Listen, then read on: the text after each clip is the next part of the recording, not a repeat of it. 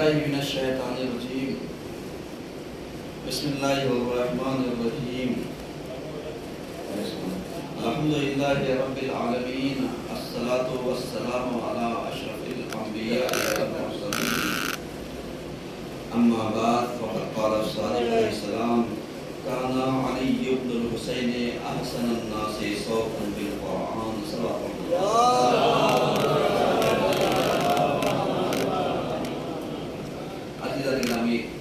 آج کے دوسرے خطبے میں سلسلے مباحث و ارسمان آگے بڑھاتے ہوئے ہماری گفتگو اس عنوان پر جاری ہے کہ امام سجاد محافظ مقصد حسینی اس سے بات پڑھیے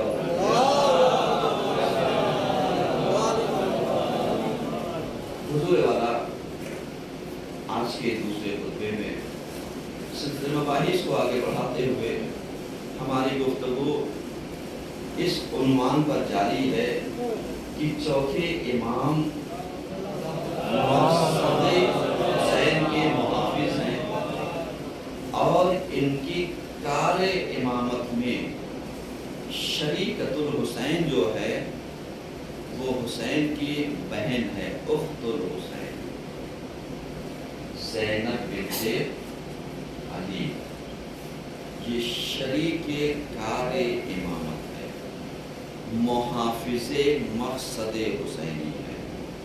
سمجھ رہے ہیں؟ ایسا نہیں ہے کہ مطلب صرف جناب زینب نے ہی قربانیاں دی، تمام بیویاں رہی ہیں۔ ایسا نہیں کہ صرف جناب سکینہ پر ظلم ہوا، سارے بچوں پر ظلم ہوا۔ ایسا نہیں ہے کہ صرف امام سجاد پر ظلم ہوا، دوسرے اشخاص پر اور مردوں پر بھی ظلم ہوا، لیکن ان کو کیوں پیش لایا گیا؟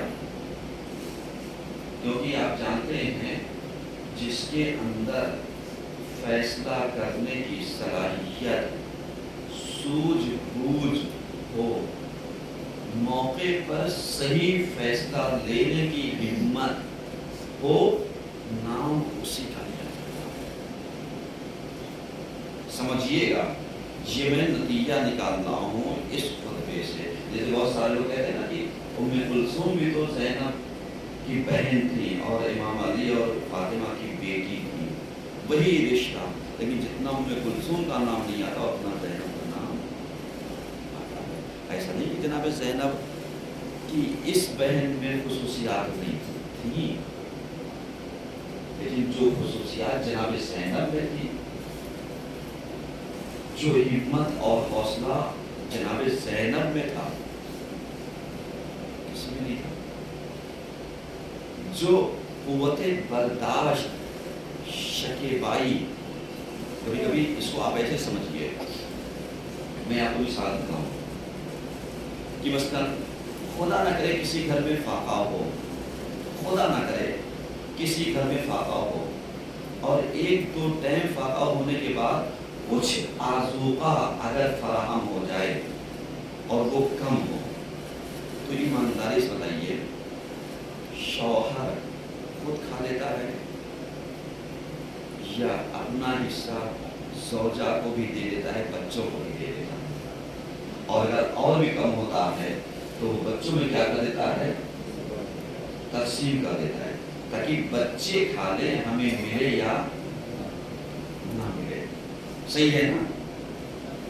یہ میں مثال اس لیے دے رہا ہوں، جناب زینب جب بیٹھ کر کے نماز پڑھتی تھی تو سیدھے سجاد علیہ السلام نے پوچھا تو یہ ماں کیوں بیٹھ کر کے نماز پڑھتی تھی؟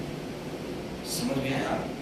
کہا بیٹا کھانا بہت کم آتا ہے، پانی بہت کم آتا ہے، میں اپنے حصے کا دانا اور پانی بچوں کو دے دیتی ہوں۔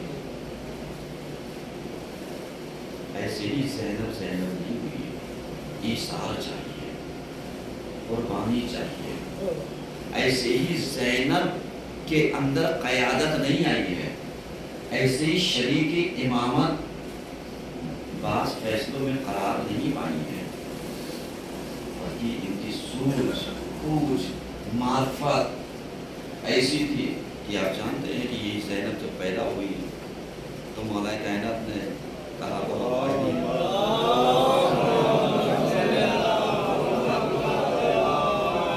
تو ایک ایریا ایک کہا تو اس نے نہیں بولی. امام نے سوال کیا کیوں نہیں کہہ رہی یہ جناب زینب کے بارے میں کہا اس لیے کہ جس زبان سے میں نے اللہ کو ایک مان لیا تو نہیں کہہ سکتی. اتنی معرفت بچپنے میں تھی. جب آپ کی پیدائش ہوئی ہے 2-4 دن یا چند دن گزرے ہوں گے. سمجھ رہے ہیں نا یہ معرفت. آج جس زبان سے ہم حسین کہتے ہیں, جس زبان سے ہم یا علی کہتے ہیں, جس زبان سے ہم اللہ کے اوپر ایمان رکھتے ہیں, اسی زبان سے اللہ کے قسم کھا کر کے جھوٹ بول دیتے ہیں. جس زبان سے حسین کا ماتم کرتے ہیں, نوحہ پڑھتے ہیں, اسی زبان سے برائیاں بھی کر دیتے ہیں. جس زبان سے ہم مجلسیں پڑھتے ہیں, اسی زبان پہ اگر ہماری زبان پر گالم گلوچ آ جائے تو اس کا مطلب وہ چیزیں آپ کے اندر ہے ہی نہیں ہیں. لاکھ متقی پرہیزگار بن جاؤ, لاکھ تقوی کے مراحل کو طے کر دو. کیوں؟ اس لیے کہ ابو موسیٰ اشعری جیسے تو ہو سکتے ہو, لیکن مالک اشتر جیسے نہیں ہو سکتے. ابو موسیٰ اشعری اس وقت اپنے زمانے کا سب سے متقی اور پرہیزگار ترین شخص تھا کہ جس نے فرقہ اشعریہ کو وجود میں دیا, لے کر کے آیا, اور اس نے فیصلہ امام کے لیے غلط کر دیا. یہی غلط سوجھ بوجھ نہیں تھی.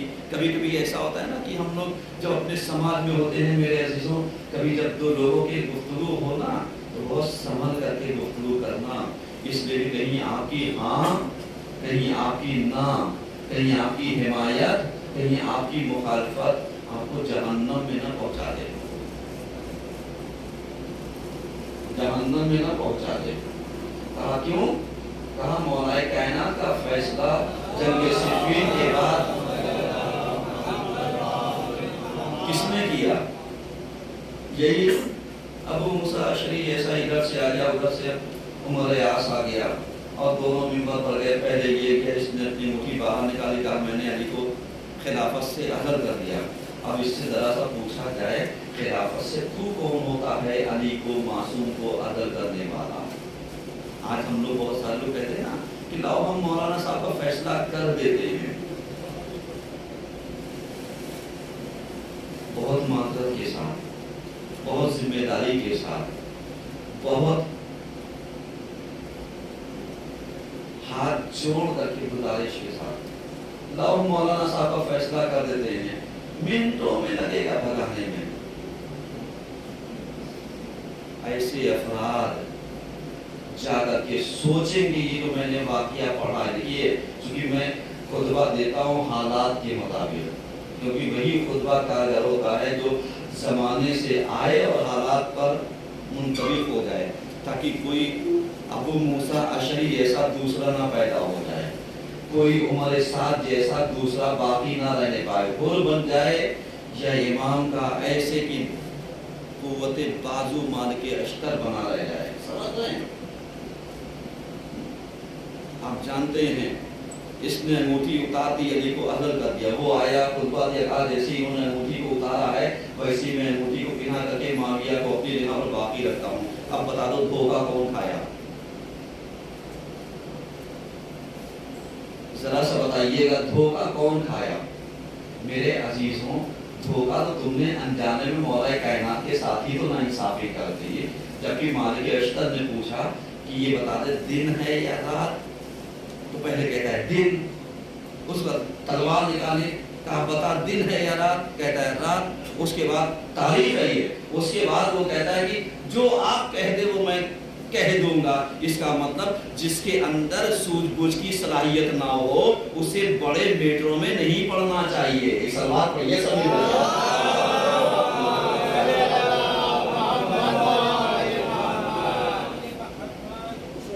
سمجھ رہے ہیں؟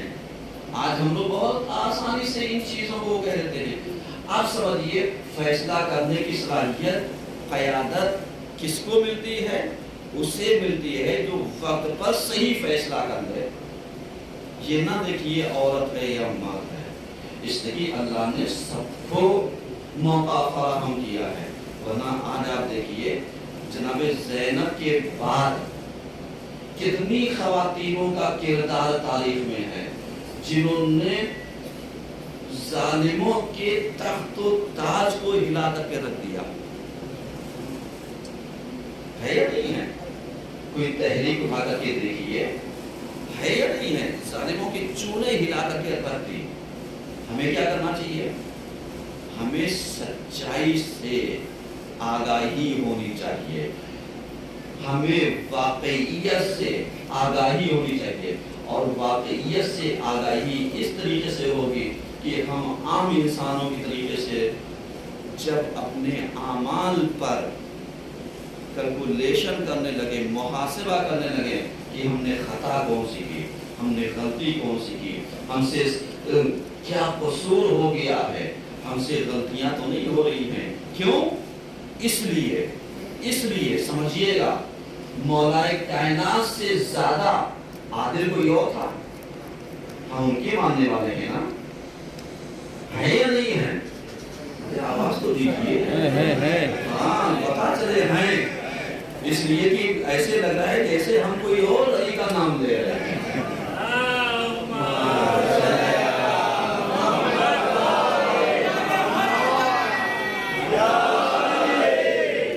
سمجھ رہے؟ مولا کائنات کے ماننے والے ہیں. مولا کائنات کا ایک فیصلہ یاد رکھیے گا، بقیہ تو ان کی قضایائے امیر المومنین پوری کتاب ہے کہ انہوں نے کسی ظالم کے ساتھ بھی ناانصافی نہیں کی. اور وصیت آپ کو یاد ہے نا کہ جو قاتل تھا جس نے مولا کو ضربت ماری تھی، ایک ضربت، علی نے کیا کہا تھا حسن سے؟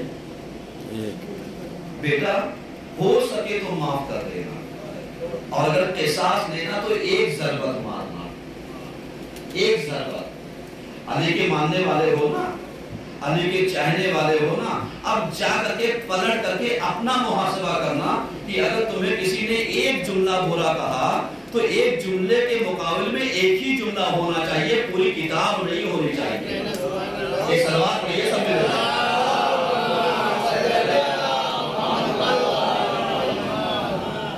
سمجھ رہے نا؟ یعنی غور کیجئے گا جو باتیں میں عرض کر رہا ہوں، کیونکہ علی نے ظالمین کے مقابلے میں جو قاتل تھا اس سے بھی انصاف کا حکم دیا.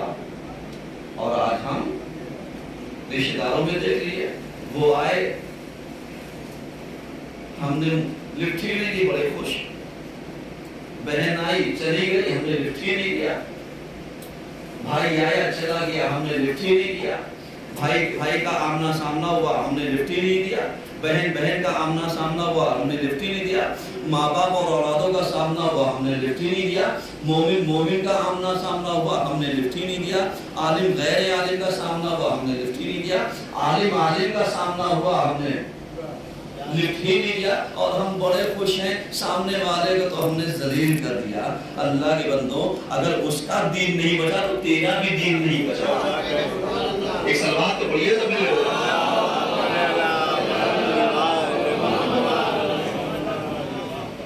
غور کر رہے ہیں نا میری بات؟ ذرا سا غور کیجیے، بس 3 منٹ، اس سے زیادہ نہیں، 3 منٹ کہ غور کیجیے گا. یہ باتیں آج ہمیں جھنجھوڑنے کے لیے ہیں. کیوں؟ اس لیے کہ اگر قیادت چاہتے ہو تو اپنے نفس کو اتنا فرما بردار بناؤ کہ اللہ کی اطاعت سے باہر نہ نکل جائے. اتنا فرما بردار بناؤ، اتنا اللہ کا مطیع بنا دو، اتنا اللہ کی بارگاہ میں اپنے آپ کو ضم کر دو، خاضع اور خاشع ہو جائے، خضوع اور خشوع رکھنے لگے. کیوں؟ اس لیے کہ آج بھی ہمارا ایک امام پردہ غیب میں ہے اور اسے حسین کے ناصروں کی ضرورت ہے. آج ہم کہتے ہیں مولا کربلا من کاش ہوتے، یا لیتنی کنت معکم فافوز معکم. مولا کاش میں آپ کے ساتھ ہوتا، کربلا میں نہیں ہے، آپ کے ساتھ ہوتا تو میں کامیاب ہو جاتا۔ شاید اللہ نے ایک حجت کو اسی لیے چھپا کر کے رکھا ہے تاکہ آنے والے زمانے میں کوئی یہ نہ کہہ سکے کہ ہمارے پاس تو کوئی امام ہی نہیں تھا۔ اب جب تم غیبت امام میں فرما برداری سے کام لوگے، تب وہ جب ظہور کرے گا تو وہ تمہیں قبروں سے نکال کر کے اپنے پاس جمع کر لے گا، کہ جیسے چراغ جلتا ہے تو پروانے جمع ہو جایا کرتے ہیں۔ ایک صلوات پڑھیے سب مل کر کے۔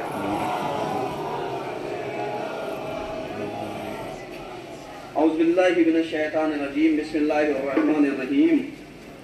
ان اللہ وملائکتہ یصلون علی النبی یا ایھا الذین آمنوا صلوا علیہ وسلموا تسلیما۔